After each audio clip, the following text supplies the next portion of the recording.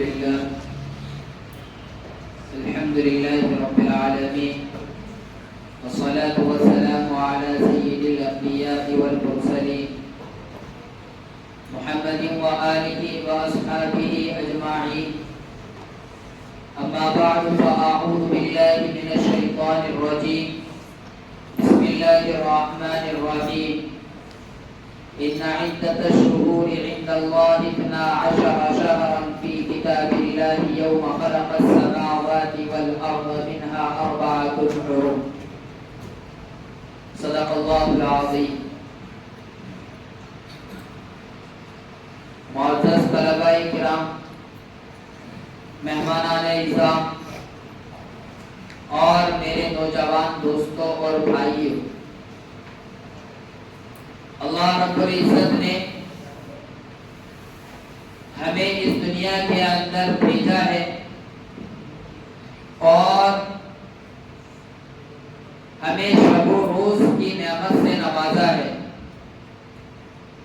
دن آتا ہے، گزر جاتا ہے، رات آتی ہے، گزر جاتی ہے. یولج اللیل فی النہار وَيُولِجُ النَّهَارَ فِي اللَّيْلِ. اللہ تبارک و تعالی رات اور دن کو عدلتا بدلتا ہے، لیکن ان رات اور دن کے عدلنے بدلنے میں کیا ہے؟ اللہ تبارک و تعالی فرماتے ہیں إِنَّ فِي خَلْقِ السَّمَاوَاتِ وَالْأَرْضِ وَاخْتِلَافِ اللَّيْلِ وَالنَّهَارِ لَآيَاتٍ لِأُولِي الْأَلْبَابِ. آسمانوں کی خلقت میں، زمین کی پیدائش میں، رات اور دن کے عدلنے بدلنے میں عقل مندوں کے لیے بڑی نشانیاں ہیں. تو رات اور دن ہر روز بدل رہے ہیں، اور اللہ رب العزت نے جب سے اس دنیا کو وجود بخشا ہے تب سے لے کر آج تک دن روز نکل رہا ہے، سورج روز نکل رہا ہے، رات روزانہ ہو رہی ہے. اس کے لیے اللہ رب العزت نے ان دنوں کو اور ان مہینوں کو، ہفتوں کو گننے کے لیے اللہ رب العزت نے ایک میعاد مقرر کی. ان عدت الشہور عند اللہ 12 شہرا. اللہ رب العزت نے 12 مہینے بنا دیے. 12 مہینے اس وجہ سے بنائے کہ ہم رات اور دن کے نظام کو گن لیں، ہم اپنی عمر گن لیں، ہم اپنی زندگی کی تاریخیں طے کر لیں، ہم اپنے کاموں کو طے کر لیں. اس کے لیے اللہ رب العزت نے رات اور دن کا نظام بنایا، اور اس نظام کو چلانے کے لیے اللہ رب العزت نے 2 چیزیں مقرر کی ہیں: سورج اور چاند. اسی سے ہماری 2 تاریخیں چلتی ہیں، شمسی اور قمری. شمسی کو ہم عیسوی بھی کہتے ہیں اور قمری کو ہم ہجری کہتے ہیں. تو اللہ رب العزت نے دونوں طرح کا نظام ہمارے لیے بنا رکھا ہے. 12 مہینے جو اللہ رب العزت نے متعین کیے ہیں، ان میں سب سے پہلا مہینہ اللہ رب العزت نے محرم الحرام کو رکھا ہے. یہ ہمارے سال کا ابتدائی حصہ ہے. اس سے ہمارا ہجری اور اسلامی قمری سال کا آغاز ہوتا ہے. اس مہینے کو اللہ رب العزت نے اپنا مہینہ کہا ہے. حدیث میں شہر اللہ محرم، کہ محرم کا مہینہ اللہ رب العزت کا مہینہ ہے. اس مہینے کی فضیلت اللہ رب العزت نے روزہ ازل ہی سے بتا رکھی ہے، تیار کر رکھی ہے. اللہ کے نبی علیہ الصلوۃ والسلام کا فرمان ہے، رمضان المبارک کے بعد سب سے زیادہ فضیلت والا اگر کوئی روزہ ہے تو وہ محرم الحرام کا نفل روزہ ہے. محرم الحرام کے مہینے کے اس روزے کو رمضان المبارک کے روزے کی فرضیت سے پہلے فرض کا درجہ حاصل تھا، لیکن جس وقت ہماری اس شریعت میں رمضان المبارک کے روزے کو فرض کیا گیا تو محرم کی فرضیت کو منسوخ کر دیا گیا اور یہ روزہ نفل ہو گیا۔ اللہ کے نبی علیہ الصلوۃ والسلام نے عاشورہ کا روزہ رکھا تھا۔ جب مدینہ پہنچے تو پتہ چلا کہ یہود بھی عاشورے کا روزہ رکھتے ہیں اور اس کو بڑا بابرکت دن گنا جاتا ہے۔ اس دن بے شمار اسلامی واقعات رونما ہوئے ہیں۔ تو اللہ کے نبی علیہ الصلوۃ والسلام نے فرمایا خالف الیہود، یہاں پر یہود بھی عاشورے کا روزہ رکھ رہے ہیں اور ہم مسلمان بھی عاشورے کا روزہ رکھ رہے ہیں، تو عبادت میں اشتراک ہو گیا دو قوموں کا، عبادت میں تشبہ ہو گیا دو قوموں کا۔ اور اس زمانے میں اللہ کے نبی علیہ الصلوۃ والسلام کی شریعت جب اس زمین پر آ گئی تو اس سے پہلے کی ساری شریعتیں منسوخ ہو گئی۔ تو عبادت کے اشتراک کو ختم کرنے کے لیے اللہ کے نبی علیہ الصلوۃ والسلام نے فرمایا صوموا التسع، 9 کا بھی روزہ رکھ لو اور 10 کا بھی روزہ رکھ لو۔ وہ ایک رکھتے ہیں تم 2 رکھو،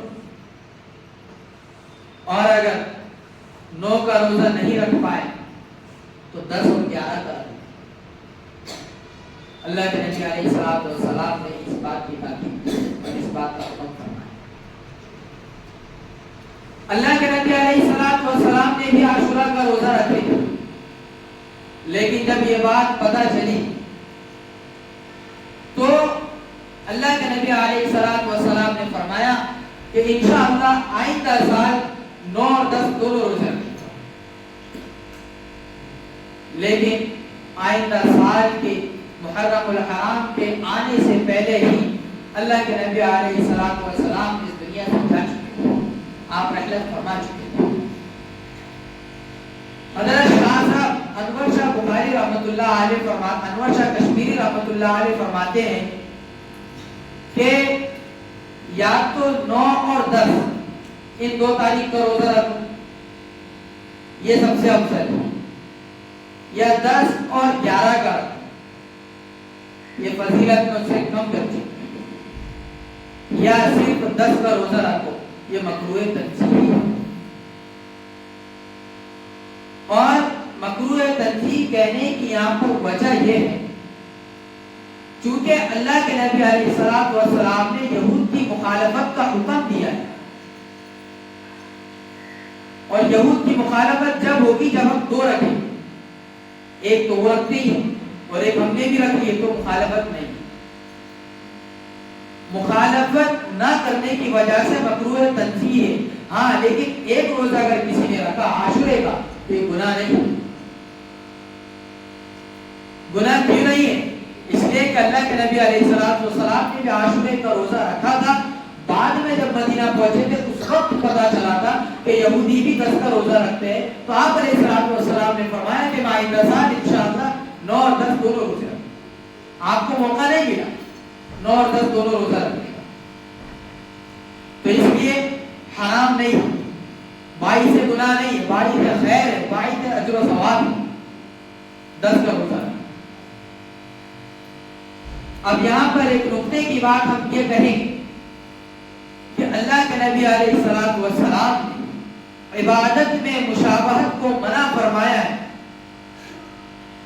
عبادت میں دوسری قوم کی روش پر چلنے سے منع فرمایا ہے، تو رسم و رواج میں، وضاقتہ میں، پہننے اوڑھنے میں، چلنے پھرنے میں، معاشرت میں، معاملات میں، عبادات میں اور ان ساری زندگی کی چیزوں میں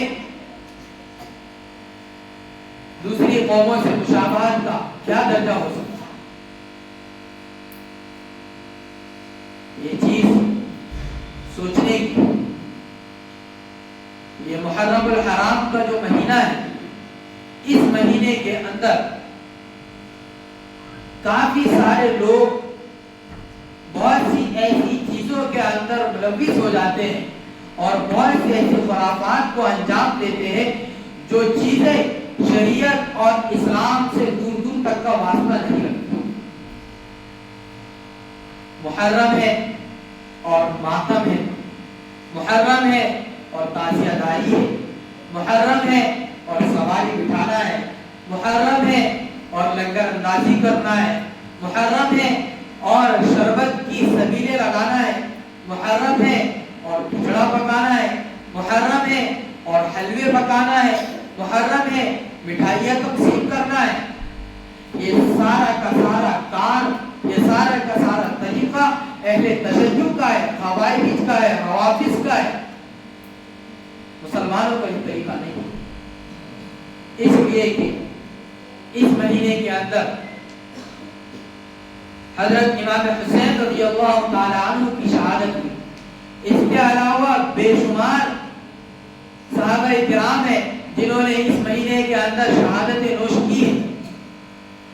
تو ہم اس بات پر غور کریں اور اس بات کو دیکھیں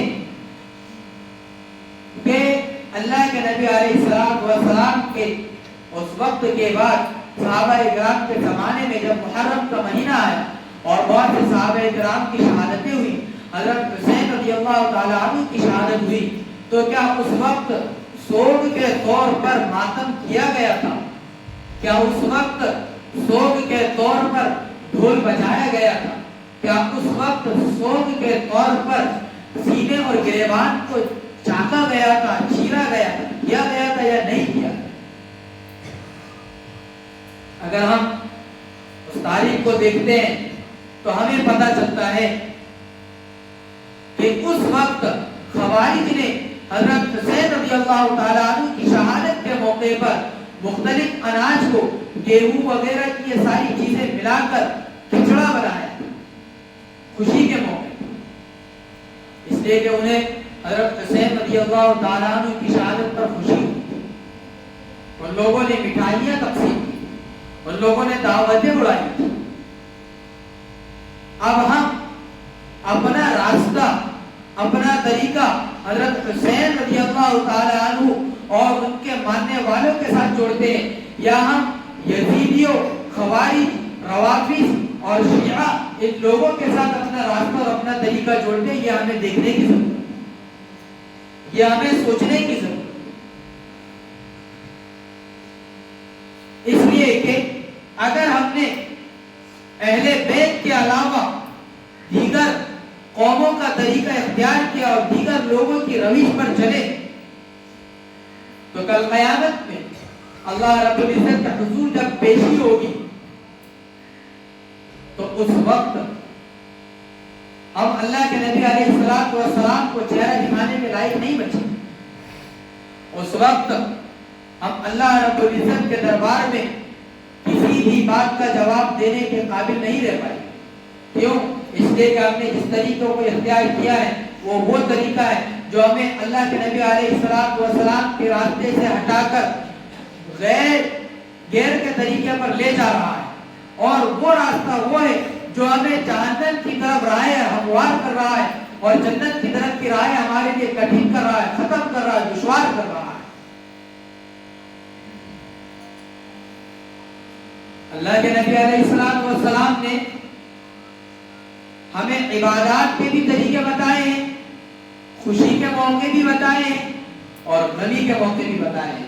کسی بھی شخص کو اپنے قریب ترین رشتہ دار کی میت پر سوگ منانے کا کتنا اختیار ہے؟ صرف 3 دن کی اجازت. اور اگر کوئی عورت ہے جس کا شوہر مر چکا ہے تو قرآن کریم کی آیت کے مطابق 4 مہینے 10 دن تک وہ سوگ منا سکتی ہے جو اس کی عدت کی مدت ہے. باقی اس کے علاوہ اتنا لمبا سوگ منانا اور سوگ کے طریقوں پر حلوے اور یہ ساری چیزیں پکانا اور اس کو یہ نام دینا کہ ایصال ثواب کے لیے ہم یہ کام کر رہے ہیں، سراسر غلط ہے.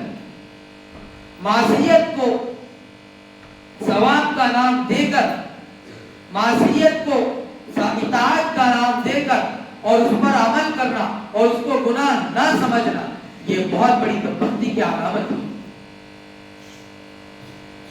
ہم یہ سمجھتے ہیں کہ اب حضرت حسین رضی اللہ تعالیٰ عنہ کو ایصال ثواب کے لیے کھچڑا پکائیں گے، میٹھا پکائیں گے، اور ہماری نیت وہ ہوتی ہے، لیکن اس کا محل غلط چنا ہے. کام تو اچھا کر رہے ہیں لیکن محل موقع غلط ہے، اور غلط موقع محل میں اچھا کام بھی غلط ہو جاتا ہے. سادی سی مثال ہے اس کی، آسمان سے پانی برس رہا ہے، آپ ایک ایسا پیالہ باہر رکھیے جس کے اندر آسمان کا پانی براہ راست سما رہا ہے، اور آپ ایک گندا پیالہ رکھیے جس کے اندر براہ راست آسمان کا پانی سما رہا ہے. پانی تو دونوں پیالوں میں آ رہا ہے، لیکن ایک میں وہی اچھا پانی آ کر گندا ہو رہا ہے اور دوسرے میں وہی اچھا پانی آ کر اچھا رہ رہا ہے. تو یہاں پر جو محل ہے وہ اچھا ہے، اس لیے وہ آنے والا پانی بھی اچھا ہے، اور یہاں پر جو محل ہے جس کے اندر وہ چیز اتر رہی وہ محل ہی خراب ہے، اس لیے اچھی آنے والی چیز اس میں خراب ہوتی ہے. تو ثواب کا کام ثواب کے موقع کے اوپر کریں گے تو ثواب بھی ملے گا، اور اگر ثواب کا کام ثواب کے موقع کو سمجھ کر اور اس کو بغیر سوچے سمجھے اگر ہم اس کام کو کریں گے تو وہاں پر ثواب نہیں ملنا ہے، وہاں گناہ ہی گناہ ملنا ہے. اس لیے کہ اطاعت جو ہے، اطاعت کے اندر ریا نہیں، اطاعت کے اندر دکھلاوا نہیں، اطاعت کے اندر اخلاص ہے. اور معصیت کے اندر ریا ہو یا نہ ہو، معصیت معصیت ہے. تو اگر کوئی شخص عاشورے کے دن میں وہ سارے کام انجام دیتا ہو جو دین اسلام سے خارج ہے، تو یاد رکھیے کہ وہ جہنم کا راستہ ہموار کرنے کی راہیں کھود رہے ہیں، راہیں ہموار کر رہے ہیں. اور اگر کوئی شخص انہی دنوں کے اندر اللہ کے نبی علیہ السلام کے بتائے ہوئے طریقوں کے مطابق عمل کر رہے ہیں اور اسی طریقے کے مطابق زندگی گزار رہے ہیں اور اسی شریعت کے طریقے پر ایصال ثواب کر رہے ہیں، تو وہ لوگ ثواب کا کام کریں. اللہ تبارک و تعالیٰ ان کی قربانیوں کو قبول کرے گا. ہمیں کیا کرنا ہے؟ ہمیں یہ کرنا ہے کہ عاشورے کا دن ہے، فضیلت کا حامل ہے، تو عاشورے کے دن کا روزہ رکھنا ہے. اللہ کے نبی علیہ السلام کا فرمان ہے کہ جس نے عاشورے کا روزہ رکھا تو ایک روایت کے مطابق فَلْيُكَفِّرِ السَّنَةَ الَّتِي قَبْلَهُ وَفِي رِوَایَةٍ الَّتِي بَعْدَهُ. یا تو روایت میں یہ ہے کہ ایک سال پہلے کے سارے گناہ معاف ہو جائے گے، یا دوسری روایت میں یہ ہے کہ اس عاشورے سے لے کر اگلے عاشورہ تک کے سارے گناہ کا کفارہ ہو جائے گا. ہمیں ایک تو یہ کام کرنا ہے عاشورے کے دن میں کہ روزہ رکھنا ہے، اور دوسرا کام ہمیں یہ کرنا ہے اپنے اہل و عیال پر وسعت کرنا ہے، ان پر فراخی کرنا ہے. اہل و عیال پر وسعت، جتنا چاہے خرچ کرے. اللہ کے نبی علیہ السلام نے فرمایا کہ جس شخص نے عاشورے کے دن میں اپنے اہل و عیال پر خرچ کے اندر وسعت کی، اللہ رب العزت سال بھر اس کے رزق کے اندر وسعت عطا فرمائے.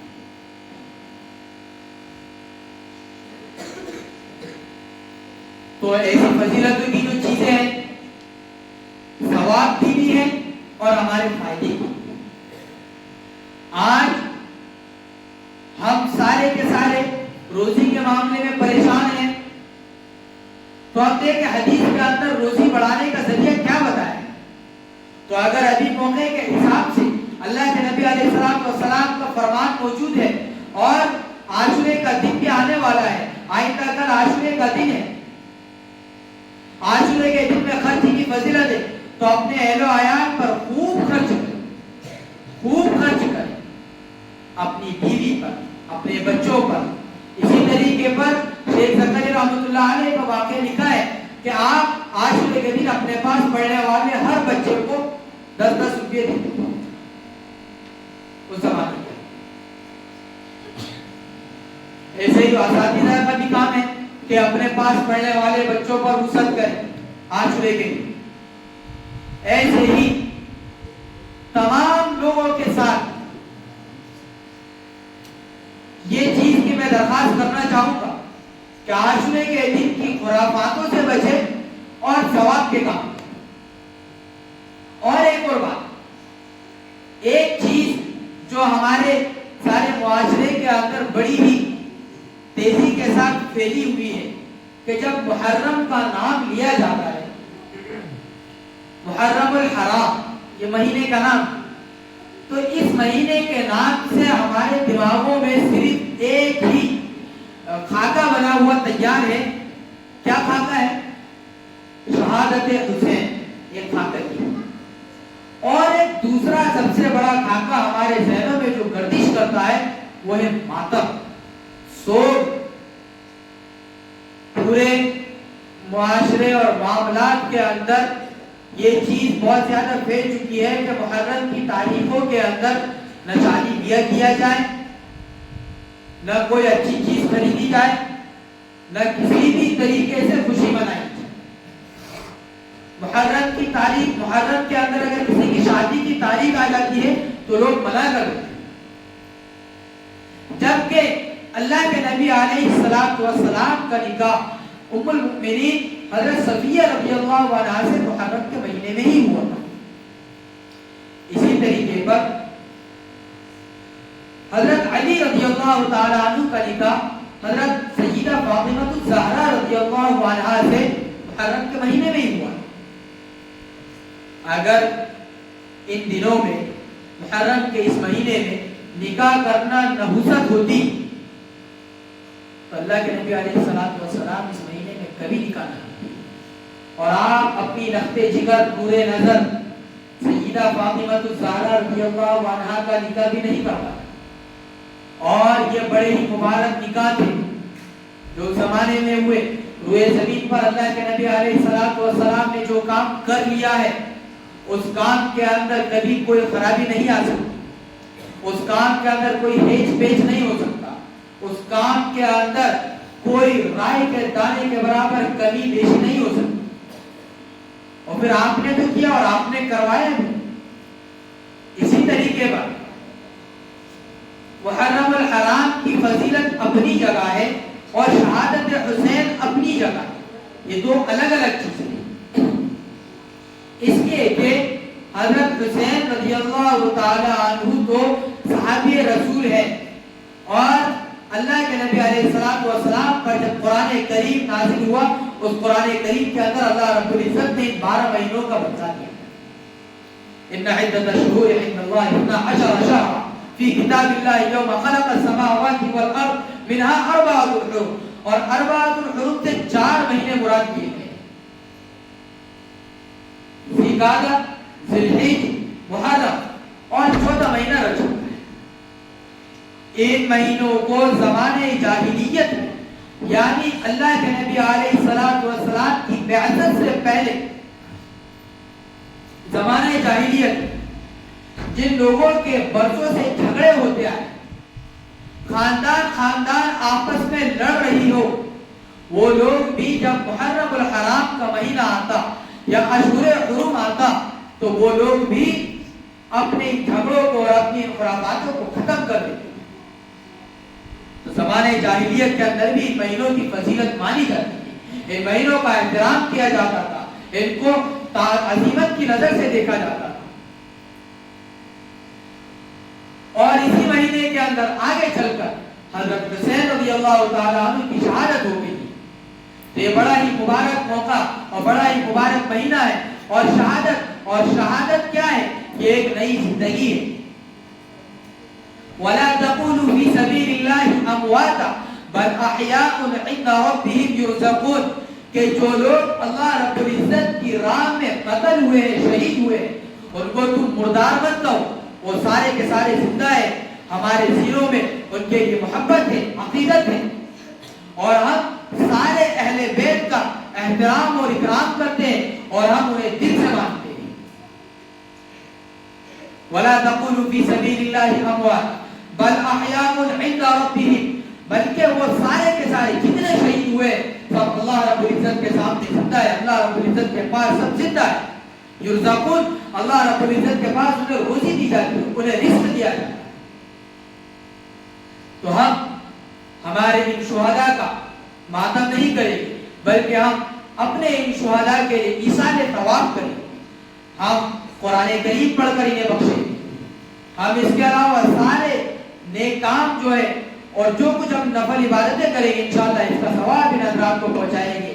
اور جتنے خرافاتیں ہمارے اس زمانے میں ہو رہی ہے ہم ان تمام خرافاتوں کو ختم کرنے کی کوشش کریں گے اور ان خرافاتوں سے ان بدعات سے ان رسومات سے اپنے آپ کو بھی بچائیں گے, اپنے اہل و عیال کو بھی بچائیں گے, خاندان قوم برادری کے لوگوں کو بھی بچائیں گے. اللہ تبارک و تعالیٰ سے دعا ہے کہ اللہ رب العزت ہم تمام کو تمام ہی باتوں پر عمل کرنے کی توفیق عطا فرمائے. وآخر دعوانا